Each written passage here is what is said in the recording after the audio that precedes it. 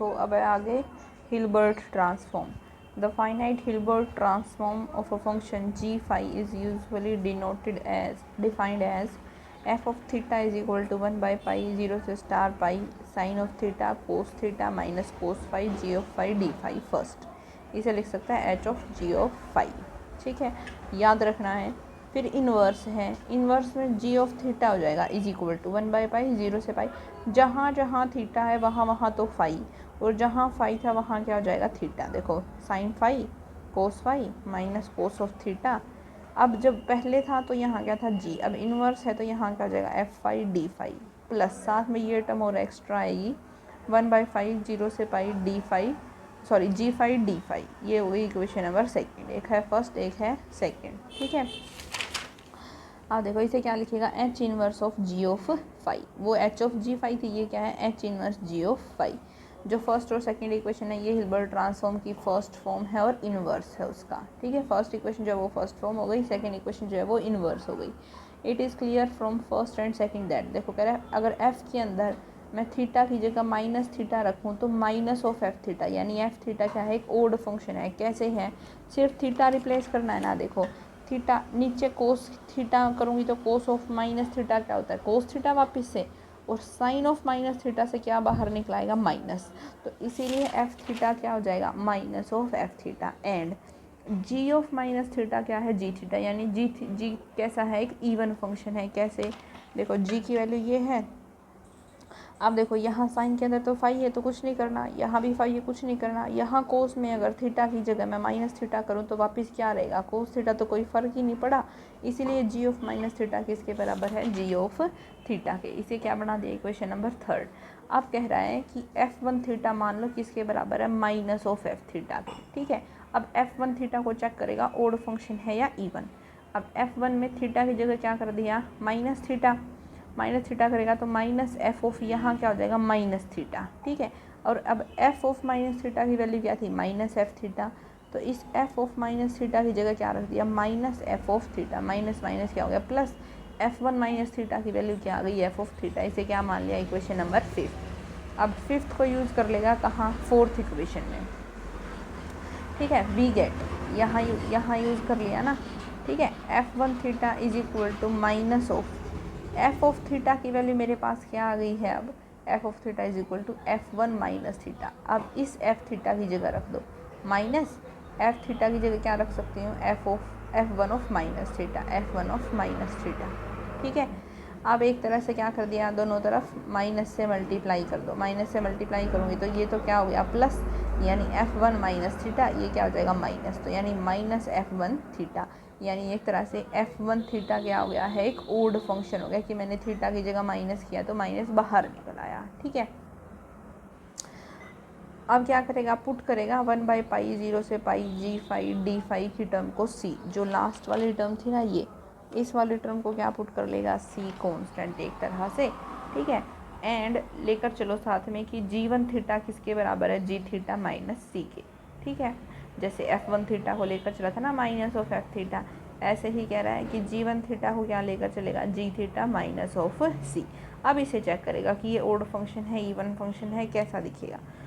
g1 minus of theta, इधर भी theta की जगह क्या हो जाएगा माइनस ऑफ थीटा, और जी ऑफ माइनस थीटा की वैल्यू थर्ड इक्वेशन में क्या थी जी थीटा, तो रख दो इसकी जगह क्या आ गया जी थीटा माइनस ऑफ सी।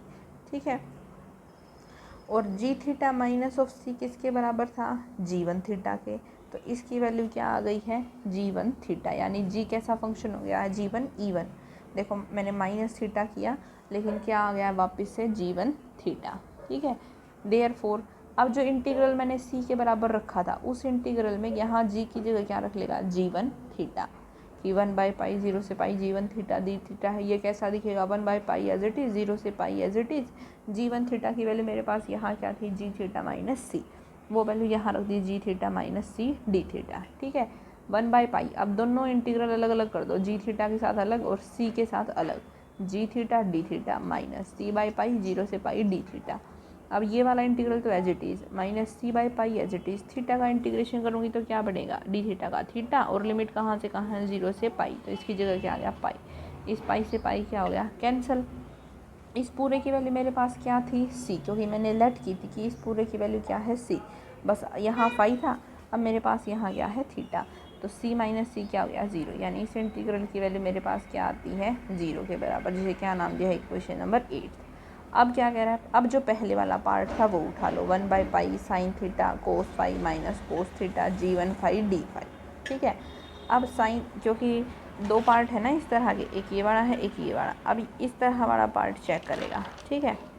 ये है जैसे sine theta cos theta minus cos phi G phi D phi, ये अब G फाई की जगह क्या लेकर चल रहा है G1 फाई, 1/पाई 0 से star pi sine theta cos phi minus cos theta G1 phi की वैल्यू रख दी G phi minus psi d phi, ठीक है। अब फिर वही इस पूरे की मल्टीप्लाई एक बार तो G फाई के साथ डी फाई ये रहा, फिर इस पूरे की मल्टीप्लाई एक बार C के साथ डी फाई, वो टर्म ये रही, ठीक है।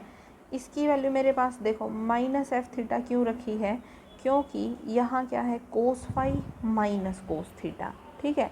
लेकिन जब स्टार्टिंग में एफ थीटा था, यहाँ क्या है cos theta minus cos phi, तो माइनस कॉमन निकालो तो क्या बन जाएगा माइनस ऑफ एफ थीटा, तो इस पूरे की जगह क्या रख दिया minus of F theta minus C, अंदर वाले की वैल्यू क्या मिलेगी मेरे पास 0, तो इस इंटीग्रल की वैल्यू मेरे पास क्या आ गई है माइनस एफ ऑफ थीटा, ठीक है। अब कह रहा है कि this is equal to minus of F theta आई है, और माइनस ऑफ एफ थीटा की वैल्यू मेरे पास क्या थी, minus of F theta fourth equation से था F1 थीटा के बराबर, तो ये क्या रख दिया F1 ऑफ थीटा, ठीक है।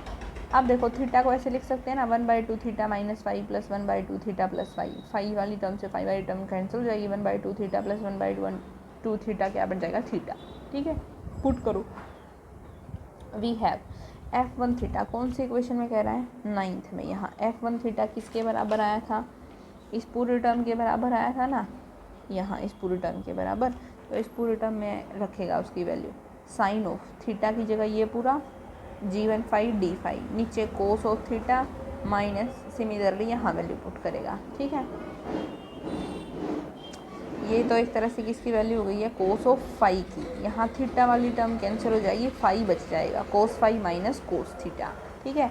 आप देखो क्या किया sine of A plus B, यानी sine A cos B plus cos A sine B, G1 phi D phi as it is. फिर यहाँ है cos of A plus B, अगर प्लस है तो cos A cos B minus sine A sine B, यहाँ क्या है cos A plus B, तो cos A cos B minus sine A sine B, लेकिन माइनस का साइन बाहर था तो ये टर्म नेगेटिव हो गई, ठीक है, हो गई पॉजिटिव। अब इस टर्म से ये टर्म क्या हो जाएगी कैंसिल, ऊपर वाली टर्म तो एज इट इज चल रही है, नीचे देखो साइन वाली जो टर्म थी उसके पास जो लास्ट वाली टर्म थी वो तो यहाँ एज इट इज़ रख दी, साइन के अंदर अगर मैं माइनस साइन अंदर लेकर जाऊँ तो नेगेटिव से बदल जाता है, तो इस माइनस को मैं यहाँ बदल दूँ तो ये क्या हो जाएगा थीटा माइनस फाई, ये देखो ये होगा थीटा माइनस फाई। अब नीचे वाली टर्म सेम हो गई तो वो क्या हो जाएगी 2 टाइम्स, ठीक है। अब इसको दोनों के नीचे अलग अलग कर दो, इसके नीचे अलग और इसके नीचे अलग, इसके नीचे जब लेकर आएगा तो साइन थीटा माइनस वाली टर्म तो कैंसिल होगी, क्या बच जाएगा कोस बाय साइन, ये क्या बन जाएगा cot of theta plus 5/2। Similarly जब यहाँ लेकर आएगा तो यहाँ से पॉजिटिव वाली टर्म कैंसिल हो जाएगी, ये क्या बन जाएगा cos of theta minus 5/2 cot G1 phi D phi as it is है।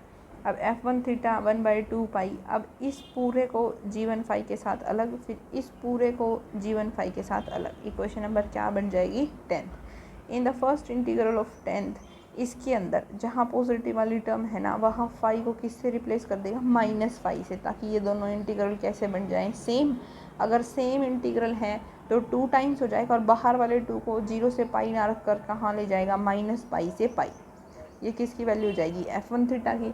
सिमिलरली किसको सोल्व कर सकता है G1 थीटा को, देखो जब F1 सोल्व कर रहा है तो यहाँ क्या है G1 फाई, जब G1 थीटा को सोल्व करेगा तो यहाँ क्या आ जाएगा F1 phi.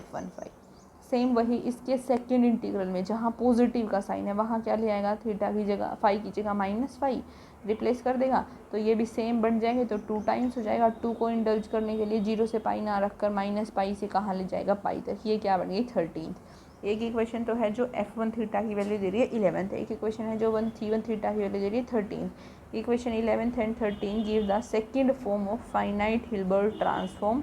These transform are also called as Hilbert transform pair। दो इक्वेशंस हैं इसीलिए कौन से उसमें जानी जाती है पेयर में, ठीक है।